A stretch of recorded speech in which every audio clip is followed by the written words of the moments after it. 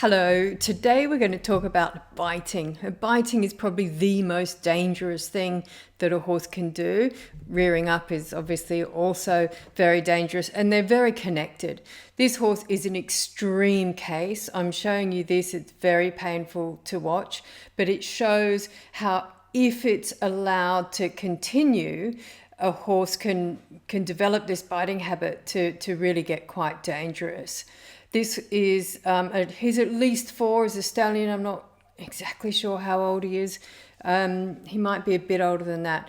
And I was told when I took him in for training that he is a serious biter, and that he will get you when you least expect it. You can see I'm just about to walk off now. Yeah, he gave me a little warning there. And now I'm leaving and he actually goes in for the bite. Watching this, I'm cringing watching this myself because it's me, but that could have been my nose. This is where the horse was residing, and this was the round pen that they had. Now, right there, the horse is considering jumping over that. So it's completely unsuitable place to train the horse. You can see, if you watch his horse's ears, he's very expressive with his ears and he's tossing his head there a bit. So, he's telling me what he thinks really quite clearly, but he's developed all of these signals to such an extent and it's become such a pattern with him that they're quite hard to see unless you slow the video down. And I've got a lot of experience with horses. I'm quite used to looking at their signals and reading their signals. And this horse was sort of one of the fastest I've seen. There's a little strike there towards me with his left front. That you could see without being in slow motion. It's the ears that are really the most telling. And so what I'm trying to say is that the horse develops patterns. Horses are great pattern learners. And what we have to do is make sure that we're setting up really good patterns, because what the horse does is he's eventually skips those in between steps. So this horse didn't wake up one morning and try and take somebody's nose off. This horse developed, probably quite a young horse, a pattern of biting and getting a release from that. Here he is arriving at my place, which is a much safer round pen to use. And you can just see a little bit of the handling with him here. So what happens is they develop these patterns and they skip the middle behaviors. We have to be really careful. They're fantastic pattern learners. We've got to set them up patterns that we want them to learn.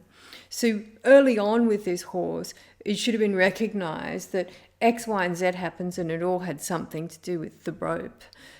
He's very nervous of rope. Something happened and the horse ended up biting and getting a release from that. You'll see he gets a very good release in a minute. I'm giving him, look at his ear, his left ear is telling me everything here. I actually wondered afterwards whether I just misread it completely. And did I not give the horse enough space? Was he feeling boxed in? But I think really that if we watch that again in slow motion, he's developed a pattern that I just missed. Look at that ear right there. And then, by the time he's moved his head a bit, it's too late for me. I'm way too late. So he's skipping the looking at me. He's skipping the pinning the ears. He's skipping opening the mouth, showing his teeth. He's skipping all these steps because they're such great pattern learners that he's going straight to the end, which is bite. So for a horse like this, to undo all of that is going to take a lot of this kind of work. I think it's the rope that he's afraid of. I think it's the rope that he's been trying to get away from, and that biting has worked as a good release from that. But he's going to need a lot more gentle work with the head collar and with the rope. But the reason I'm showing you this is because I want to demonstrate just what fabulous pattern learners they are. And they're going to learn patterns whether we want them to or not. So the thing is for you as trainers, and you are a trainer if you're working with the horse, if you're riding the horse, if you're handling the horse on the ground, be aware you are training the horse. We need to set them up with really good patterns. So the first thing to do is to go out and make sure you have a plan. Okay, so let's say we're going out, we just want to get the head collar on the horse, perhaps it's an unhandled youngster. Okay, so we're going to go out with the plan of getting the head collar on the horse. If the first day that doesn't happen, if we don't get all the way to getting the head collar on the horse, we have to have broken that down. So we have to have little steps that we can do to get there. And right here, this is a great example because we're habituating the horse to having the rope around his neck and having the head collar near his face and that sort of thing. And that will get us there in the end. Riders, we all know that things don't always go according to plan.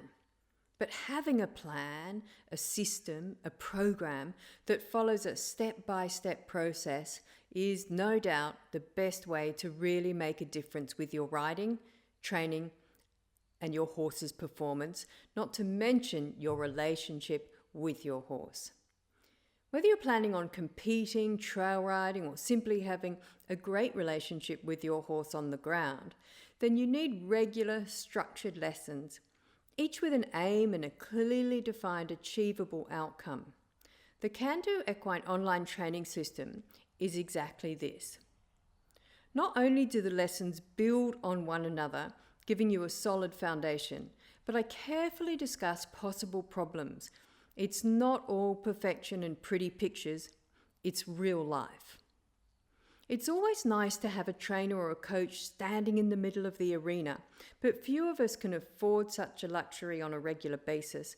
And there comes a time when we realize that in order to make real progress, that we must first recognize what's not right and then learn how to address that ourselves. The fact is that you know your horse better than anyone. And once you start training your horse yourself, the only thing you're going to wonder is why you didn't start years ago. So come on, let's get you back in the saddle and put the fun back into your horsemanship.